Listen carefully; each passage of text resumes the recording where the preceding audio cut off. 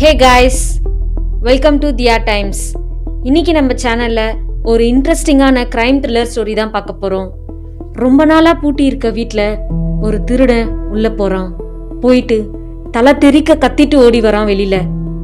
அவன் அப்படி என்னத்தை பார்த்து பயந்து அலறி ஓடனான். உண்மையிலே என்ன நடந்தது அப்படிங்கறத தான் நம்ம இந்த வீடியோல பார்க்க போறோம். கதையில குற்றவாளி யாருன்னு நீங்க வீடியோக்கு நடுவுலயே கண்டுபிடிச்சிட்டீங்கன்னா கீழே கமெண்ட் பண்ணிட்டு நீங்க கண்டுபிடிச்சது கரெக்டானு வீடியோவை கடைசி வரை பார்த்து தெரிஞ்சுக்கோங்க. வாங்க வீடியோக்குள்ள போலாம்.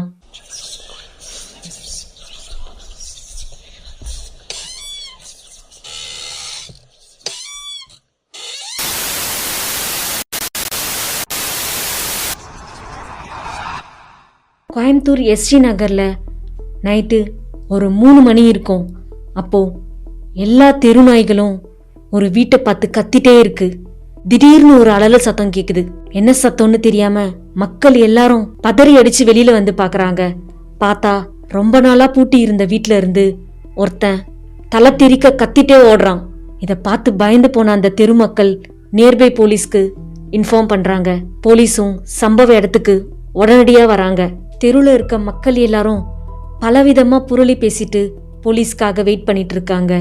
சம்பவ இடத்துக்கு வந்த போலீஸ் என்ன நடந்துச்சுன்னு அங்க இருக்க மக்கள் கிட்ட கேட்க ஒருத்தர் மட்டும் முன் வந்து, திடீர்னு ஒரு சத்தம் கேட்டுச்சு சார். நாங்க வெளியில வந்து பார்த்தா ஒருத்தன் அந்த வீட்டுல இருந்து தலை தெறிக்க கத்திட்டே ஓடனான். அவ்வளவுதான் சார் நடந்துச்சுன்னு சொல்றாரு. அதை கேட்ட போலீஸ் சரி தள்ளுங்கன்னு துப்பாக்கிய கையில எடுத்துட்டு பாதுகாப்பா போய் அந்த வீட்டோட கேட்டை திறக்கிறாரு. கேட்டை திறந்ததும் எல்லா போலீஸும் ஒவ்வொரு திசையில வீட்டை சுத்தி வளைச்சு நின்னாங்க. அங்க இருந்த உயர் அதிகாரியான ஒருத்தர் மட்டும் அங்க இருக்க மக்கள் கிட்ட விசாரிச்சுட்டு இருந்தாரு. விசாரணையில நீங்க யாராச்சும் இந்த வீட்டுல இருந்து ஓடனானே ஒருத்தன், அவனை முன்னாடி பாத்திருக்கீங்களான்னு கேட்க யாரும் பாக்கலன்னு சொல்றாங்க. வீட்டை சுத்தி நிக்கிற மத்த போலீஸ் எல்லாம் வீட்டுக்குள்ள இருக்கிறது தீவிரவாதியா இல்ல பேயா இல்ல வேற ஏதாச்சான்னு குழப்பத்தோட நோட்டம் விட்டுட்டு இருக்காங்க வீட்டை. அப்போ இன்ஸ்பெக்டர் பிரகாஷ் வந்து அந்த வீடு எவ்வளவு நாளா பூட்டி இருக்குன்னு அங்க இருந்தவங்க கிட்ட கேட்க அங்க இருந்து ஒரு பெரியவர் ஒருத்தர் வந்து சொல்றாரு, சார் 10 வருஷமா இந்த வீடு பூட்டி தான் இருக்குன்னு சொல்றாரு. 10 வருஷமா பூட்டி இருக்கா? அப்போ அங்க முன்னாடி யார் இருந்தாங்கன்னு தெரியுமான்னு கேட்க அந்த பெரியவர் சொல்றாரு, சார் அந்த வீட்டுல ஒரு அம்மா அப்பா பையன் 3 பேர் இருந்தாங்கன்னு சொல்றாரு. அப்படியா? அவங்க பார்க்க எப்படி இருப்பாங்கன்னு தெரியுமான்னு கேட்க அம்மா அப்பாவுக்கு ஒரு 52 வயசுல இருந்து 53 வயசு இருக்கும். பையன் காலேஜ் படிச்சிட்டு இருந்தான். அப்போ அப்பா ஒசரமா மூக்கு கண்ணாடி போட்டுட்டு இருப்பாரு. அந்த அம்மா செகப்பா குள்ளமா இருப்பாங்க சார். பையன் செகப்பா பார்க்கறதுக்கு அழகா இருப்பான் சார்னு சொல்றாரு. அந்த பையன் காலேஜ் படிக்கும்போது அவன் லவ் பண்ண பொண்ணோட வீட்டை விட்டு ஓடி போயிட்டான். அதுக்கப்புறம் அவங்க அப்பா அம்மா எங்க போனாங்கன்னு தெரியல சார். அதுக்கப்புறம் அவங்கள பார்க்கலன்னு சொல்றாரு அந்த பெரியவர். அவங்க பையனை பத்தி ஏதாச்சும் உங்களுக்கு தெரியுமான்னு இன்ஸ்பெக்டர் பிரகாஷ் கேட்க, சார் அவரை நிறைய பேருக்கு தெரியும், ஃபேமஸான டைரக்டர் திலீப் அப்படின்னு அந்த பெரியவர் சொல்ல இன்ஸ்பெக்டர் பிரகாஷும் ஓ அவரா தெரியும் தெரியும் அப்படின்னு சொல்றாரு. இது எல்லாத்தையும் கேட்டுட்டு இன்ஸ்பெக்டர் பிரகாஷ் காம்பவுண்டுக்குள்ள போய் வீட்டை சுத்தி பார்க்கறாரு. வீட்டை சுத்தி மரம் செடியெல்லாம் வளர்ந்து புதரா கிடக்கு. வெளியில கார் எல்லாம் துருப்பிடிச்சு கிடக்கு. அதை பார்த்துட்டு வீட்டுக்குள்ள போய் மற்ற காவலர்களோட சுத்தி பார்க்கறாரு பிரகாஷ். பார்த்தா வெளியில ஹால்ல டிவி வெடிச்சு கிடக்கு. டிவி ஸ்விட்ச் ஆன்ல இருந்ததால ஹீட் ஆகி வெடிச்சிருக்குன்னு அவருக்கு தெரியுது. ஹால்ல இருக்க டேபிள்ல ஒரு டீ கப்பும் மூக்கு கண்ணாடியும் இருக்கு. அதை பார்த்துட்டு கிச்சனுக்கு போய் பார்க்கறாரு. அங்க கேஸ் ஆன்லையும் அதுக்கு மேல பால் பாத்திரம் தீஞ்சி போய் இருக்கிறதையும் பார்க்கறாரு. கேஸ் முற்றிலும் தீந்து போயிருக்கு. அதுக்கு பக்கத்துல காய்கறி எல்லாம் வெட்டப்பட்டு மக்கி போய் கிடக்கு. இது எல்லாத்தையும் இன்ஸ்பெக்டர் பிரகாஷ் பார்த்துட்டு இருக்காரு. அப்போ ஒரு காவலர் சார் இங்க வாங்கன்னு சத்தமா கத்துறாரு. இன்ஸ்பெக்டர் பிரகாஷ் உட்பட எல்லா போலீஸும் ஓடி போய் பார்க்கறாங்க. எல்லாரும் அதிர்ச்சியாய் போய் நிக்கிறாங்க. அங்க ஒரு சேர் கீழே விழுந்து கிடக்கு. மேல 2 பேரோட உடல்கள் எலும்பு கூடா தூக்குல இடப்பட்டிருந்துச்சு. ரத்தம் செவுத்துல சிதறி இருந்துச்சு. பக்கத்துல ஒரு டேபிள்ல எக்ஸாம் பேடும் அதுல கொஞ்சம் பேப்பரும் இருந்துச்சு. அதுக்கு பக்கத்துல ஒரு பேனா மூடியும் இருந்துச்சு. இறந்தவங்களோட பாடி பக்கத்துல ஒரு துரு பிடிச்ச கத்தியும் இருக்கு. அதை பார்த்த போலீஸ் இது தற்கொலை இல்லை கொலைதானே யோசிச்சுட்டு இருக்காங்க. உடனே ஃபோரன்சிக் டிபார்ட்மெண்ட்டை வர சொல்றாங்க தடயங்களை சேகரிக்க. அப்புறம் பாடியை போஸ்ட்மார்ட்டம்க்கு அனுப்புறாங்க. இன்ஸ்பெக்டர் பிரகாஷ் கான்ஸ்டபிள் அர்ஜுனை கூப்பிட்டு அவங்க பையனை காண்டாக்ட் பண்ணி நாளைக்கு 8 மணிக்கு விசாரணைக்கு வர சொல்லுங்க ஸ்டேஷனுக்கு. முக்கியமா போஸ்ட்மார்ட்டம் ரிப்போர்ட், அப்புறம் ஃபிங்கர் பிரிண்ட்ஸ், மற்ற எவிடன்ஸ் எல்லாத்தையும் கலெக்ட் பண்ணிட்டு, அப்புறம் இந்த வீட்டு உரிமையாளரோட பர்மிஷன் இல்லாம பொதுமக்களோட பாதுகாப்பை கருதி தான் நாங்கள் இந்த வீட்டை டோரை ஓப்பன் பண்ணோம் அப்படின்னு தெருவில் இருக்க ஒரு 10 பேர்கிட்ட சைன் வாங்கிட்டு ஸ்டேஷனுக்கு வந்துருங்கன்னு அவர் கிளம்பி போயிடுறாரு. அர்ஜுன் அவரோட கான்டாக்டை கண்டுபிடிச்சி அவங்க பையனுக்கு கால் பண்றாரு. கால் எடுத்து பேசுறாங்க. ஆனா பேசுறது ஒழுங்கா கேட்கல அர்ஜுனுக்கு. ஏதோ ஒரு ஃபங்க்ஷன்ல இருக்காருன்னு மட்டும் அவருக்கு தெரியுது. உடனே வெளியில வந்து அவர் பேச அர்ஜுன் அவர்கிட்ட, சார் நான் கோயம்புத்தூர் போலீஸ் ஸ்டேஷன்ல இருந்து பேசுறேன், நீங்க உடனடியா ஸ்டேஷனுக்கு வர முடியுமா அப்படின்னு கேட்க, ஆப்போசிட்ல, சார் நான் அவரோட பிஏ பேசுறேன், டைரக்டர் சார் ஒரு ஃபங்க்ஷன்ல இருக்காரு, அப்புறமா கால் பண்ணுங்கன்னு சொல்றாரு. உடனே அர்ஜுன், சார் ரொம்ப முக்கியமான விஷயம்னு சொல்றாரு. அப்போ அர்ஜுனுக்கு ஒரு சத்தம் கேக்குது போன்ல. The best writer award goes to mister Dileep, please come on ஸ்டேஜ்னு சத்தம் கேக்குது. உடனே அர்ஜுனும் சரி அப்புறமா பண்றேன்னு போனை கட் பண்ணிடுறாரு. ஸ்டேஜ்ல அவர் அந்த அவார்டை தன் மனைவிக்கும் பசங்களுக்கும் சமர்ப்பிக்கிறேன்னு சொல்றாரு. ஃபங்க்ஷன் முடிஞ்சதும் அவரோட பிஏ கார்த்திக் ஃபோன் வந்ததை பத்தி திலீப் கிட்ட சொல்ல, அவரும் கான்ஸ்டபிள் அர்ஜுனுக்கு கால் பண்றாரு. கான்ஸ்டபிள் அவங்க அப்பா அம்மா இறந்த விஷயத்த சொல்ல அவர் திகச்சு போய் நிக்கிறாரு. அவரை நாளைக்கு 8 மணிக்கு காலையில ஸ்டேஷனுக்கு வர சொல்லிட்டு போனை கட் பண்றாரு அர்ஜுன். இதை கேட்ட திலீப் கண் கலங்கி மனம் உடைஞ்சு நின்றுட்டு இருக்காரு. அவரோட மனைவியும் அவருக்கு ஆறுதல் சொல்றாங்க. அடுத்த நாள் காலையில 7:45க்கு திலீப்பும் அவரோட ஒய்ஃப் பிரியங்காவும் போலீஸ் ஸ்டேஷன்ல இன்ஸ்பெக்டருக்காக வெயிட் பண்ணிட்டு இருக்காங்க. கொஞ்ச நேரத்துல இன்ஸ்பெக்டர் பிரகாஷ் ஸ்டேஷனுக்கு வந்தாரு. கான்ஸ்டபிள் அர்ஜுன் அவரை பத்தி இன்ஸ்பெக்டர் கிட்ட சொல்ல, திலீப்பையும் அவங்க ஒய்ஃப் பிரியங்காவையும் உள்ள வர சொல்லி கூப்பிடுறாரு இன்ஸ்பெக்டர். 2 பேரும் உள்ள போறாங்க. இந்த கேஸை பத்தி உங்களுக்கு சொல்லியிருப்பாங்க, இதுல புதுசா சொல்ல எனக்கு ஒன்றும் இல்லை, உங்ககிட்ட சில டீட்டெயில்ஸ் வாங்க தான் உங்களை வர சொன்னேன் அப்படின்னு பிரகாஷ் சொல்ல, சரி கேளுங்க சார்னு திலீப்பும் சொல்றாரு. சரி உங்களை பத்தி ஃபர்ஸ்ட் சொல்லுங்கன்னு கேட்க,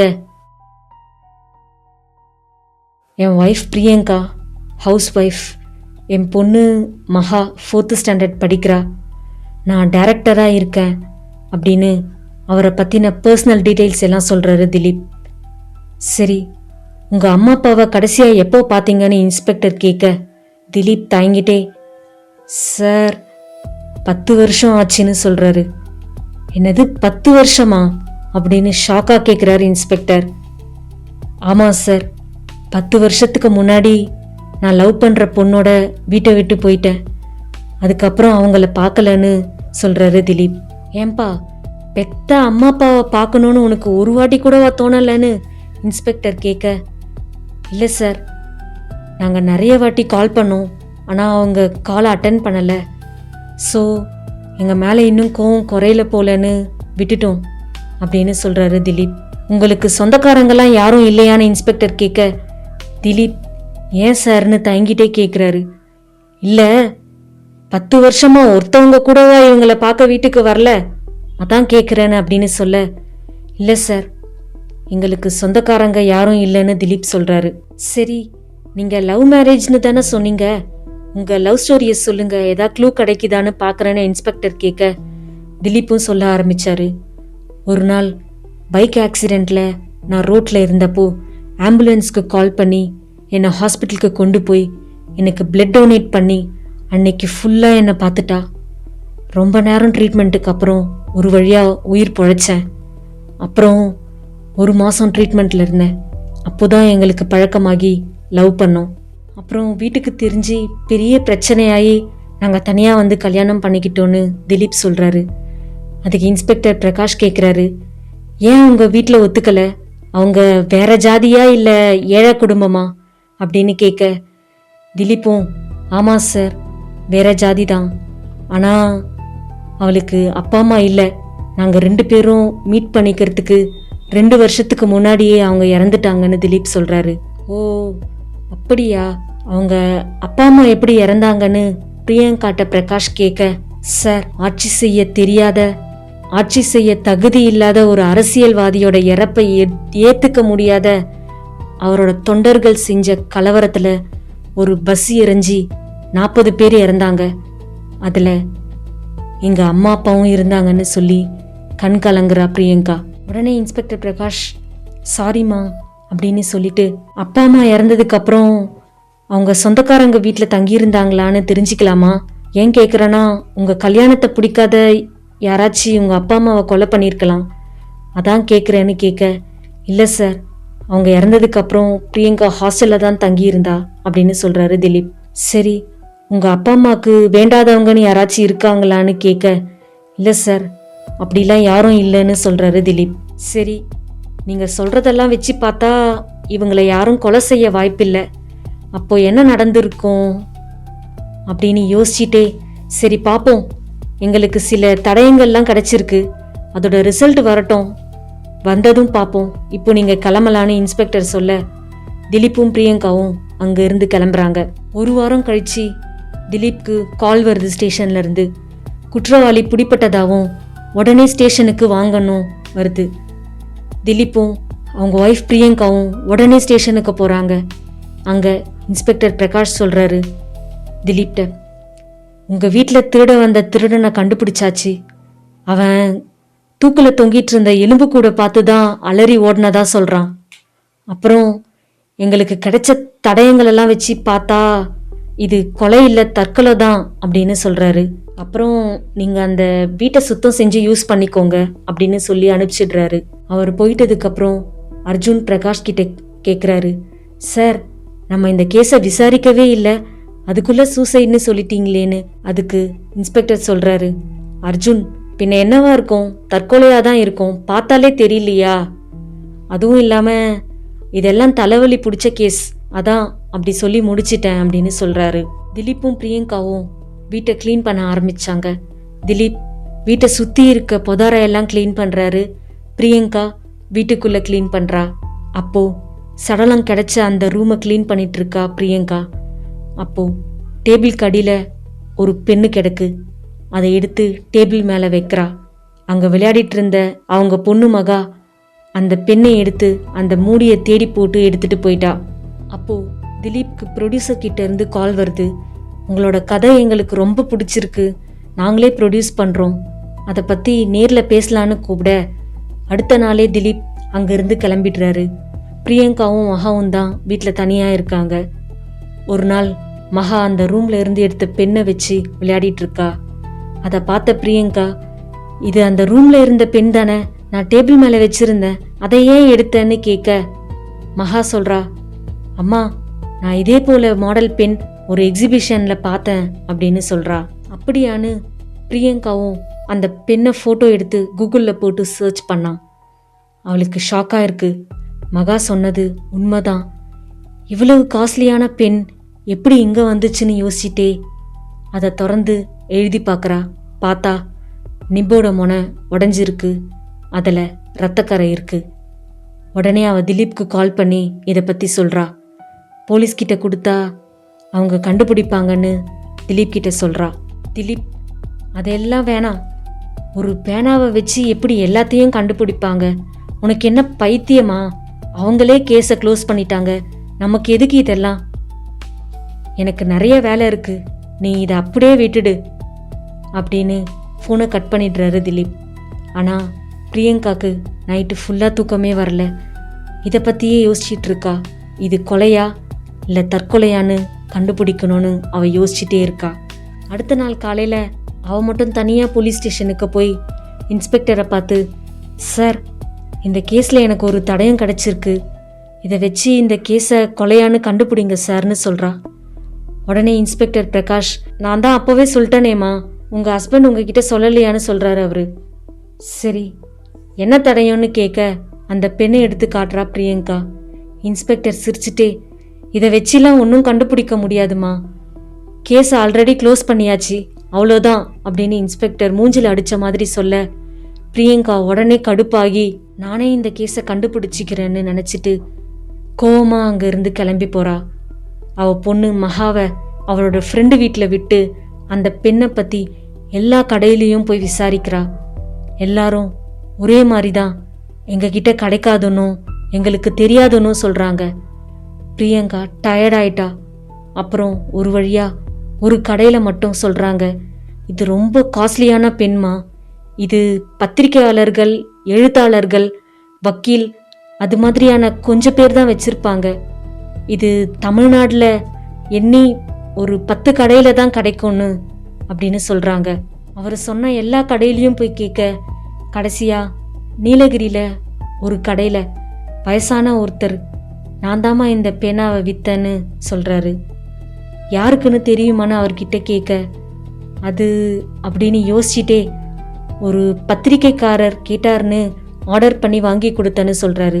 அவளும் அவரை பற்றின டீட்டெயில்ஸ் எல்லாத்தையும் வாங்கிட்டு குற்றவாளியை ஒரு வழியாக கண்டுபிடிச்சிட்டோன்னு கொலை செஞ்ச நோக்கத்தை அவர்கிட்ட கேட்கணும்னு கிளம்பி போறா அவரை சந்திக்க. அவரை நேரில் போய் பார்த்து, ஒரு சிறந்த பத்திரிகையாளர்னு பேர் வாங்கின நீங்கள் அந்த 2 அப்பாவிங்களை ஏன் கொலை பண்ணீங்கன்னு ஆக்ரோஷமாக கேட்க, அவர் என்னம்மா சொல்கிற, எனக்கு ஒன்றும் புரியலன்னு ஆச்சரியமாக கேட்க, நடிக்காதீங்க சார், என்கிட்ட ஆதாரம் இருக்குன்னு பேக்ல இருந்து அந்த பெண்ணை எடுத்து காட்டுறா. இது உங்க பெண்ணு தானேன்னு கேட்குறா. அவர் அதை வாங்கி பார்த்துட்டு, இது உங்ககிட்ட எப்படிமா வந்தது, நான் இதை எப்போவோ ஒரு காலேஜ் ஸ்டூடெண்ட்டுக்கு பரிசளிச்சிட்டேனேன்னு சொல்கிறாரு. உடனே பிரியங்கா சிரிச்சுட்டே, ஓ, கொலையில இருந்து தப்பிக்க இது ஒரு வழியா, உங்களை நான் எப்படி நம்புறதுன்னு கேட்க, அவர் மெல்ல ஏஞ்சி ஒரு ரூமுக்கு போய் ஒரு இரும்பு பொட்டியை திறந்து அதுலேருந்து ஒரு பழைய நியூஸ் பேப்பர் எடுத்து கொடுத்து, இதை பாருமா அப்படின்னு சொல்ல, அதை பார்த்ததும் பிரியங்கா ஷாக் ஆகி நிற்கிறா. அவ கை காலெல்லாம் நடுக்கமாயிடுச்சு, முகம் வேர்க்குது. ஏதோ ஒரு சின்ன விஷயத்தை வச்சுட்டு ஒருத்தவங்களை இது போல தப்பா நினைக்க கூடாதுமான்னு சொல்லி அனுப்புறாரு அவரு. அந்த நியூஸ் பேப்பரை கையில எடுத்துட்டு வீட்டுக்கு வந்து பழைய பொருள்லாம் போட்டு வச்சிருக்க ரூமுக்கு போய் ஒரு பொட்டியை எடுக்கிறா. அதுல நிறைய ஃபோட்டோஸ் இருக்கு. அதுல இந்த ப்ரைஸ் வாங்கின ஃபோட்டோவும் இருக்கு. ஃபோட்டோவில் இருக்கிறது வேற யாரும் இல்லை, அவளோட கணவன் திலீப். அதை பார்த்ததும் கதறி அழுறா. அப்போ குற்றவாளி நம்மளோட புருஷனா அப்படின்னு. அப்போதான் பத்திரிகையாளர் சொன்னது போல ஒரு விஷயத்தை பார்த்து எதையும் தீர்மானிக்க கூடாதுன்னு தோணுது அவளுக்கு. அவ மனசை ஒருநிலைப்படுத்தி தன் கணவர் குற்றவாளியா இல்லை நிரபராதியா, குற்றவாளினா எதுக்கு சொந்த அப்பா அம்மாவையே கொலை பண்ணணும்னு யோசிக்கிறா. அதுக்கான பதிலையும் தேட ஆரம்பிக்கிறா. அப்போ வீட்டில் இருந்து கிளம்பி திலீப் படித்த ஸ்கூல், காலேஜ்னு எல்லா இடத்துக்கும் போய் தன்னோட கணவனை பற்றின விஷயங்களை சேகரிக்கிறா. அப்போதான் அவளுக்கு தெரியுது, ஆரம்பத்தில் அவர் படித்த ஸ்கூலில் அவரோட விக்ரம்ங்கிற பேரை திலீப்னு மாற்றினது தெரிய வருது அவளுக்கு.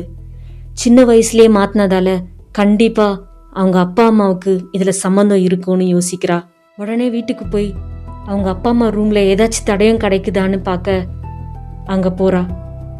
அங்கே ஒரு ஒப்புதல் சீட்டு கிடைக்குது அவளுக்கு. அதில் விக்ரம்ங்கிற குழந்தைய இவங்க தத்தெடுத்துக்கிறதா எழுதியிருக்கு. அதை பார்த்ததும் பிரியங்காவுக்கு தெரிய வருது, திலீப் இவங்களோட உண்மையான பையன் இல்லைன்னு. இருந்தாலும் தன் மகன் போல வளர்த்த அப்பா அம்மாவை ஏன் கொலை பண்ணணும்னு குழப்பமா இருக்கு அவளுக்கு. அவங்க தத்தெடுத்த ஆசிரமத்துக்கு போய் விசாரிக்கிறா. விக்ரம் ஆசிரமத்துக்கு வந்து சேர்ந்து 2 நாள்லயே தத்தெடுத்துட்டு போனதா சொல்றாங்க அங்க ஆசிரமத்துல. பிரியங்காக்கு ஒரே குழப்பமா இருக்கு. உடனே விக்ரம தத்து கொடுத்தவர் அட்ரஸை வாங்கிட்டு அவரை தேடி போறா. அங்க குடிபோதையில படுத்துட்டு இருந்த அவரை எழுப்பி, எதுக்கு உங்க மகன் விக்ரம் ஆசிரமத்துல சேர்த்தீங்க அப்படின்னு கேட்க, அவர் விக்ரம் என் மகனே இல்லை, என் முதலாளி மகன்னு ஒளறி கொட்ட பிரியங்கா ஒவ்வொன்றா அவர்கிட்ட கேட்க அவரும் சொல்றாரு, முத்தையாவோட மகனான ராமசாமி அப்புறம் பழனி அம்மாளுங்கிற தம்பதிக்கு பிறந்த பரம்பரை பணக்கார குழந்தை தான் விக்ரம். நான் அந்த வீட்டில் கணக்கு பிள்ளையா வேலை செஞ்சிட்டு இருந்தேன்.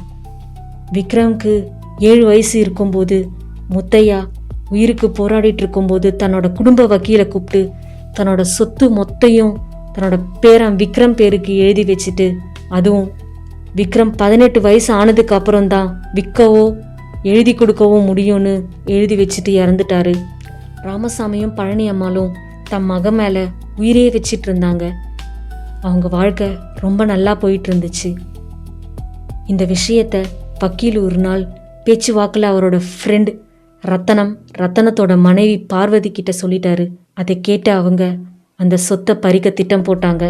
அதுக்கு அந்த பையனை சொந்தமாக்க பார்த்தாங்க. என்கிட்ட பணத்தாசை காட்டி ராமசாமி ஐயாவையும் பழனி அம்மாளையும் கொன்று தூக்குல மாட்டி தற்கொலை போல செட்டப் பண்ணிட்டு அவங்க சொந்தத்துக்கு தெரிகிற மாதிரி விக்ரம ஆசிரமத்தில் சேர்த்தோட சொன்னாங்க.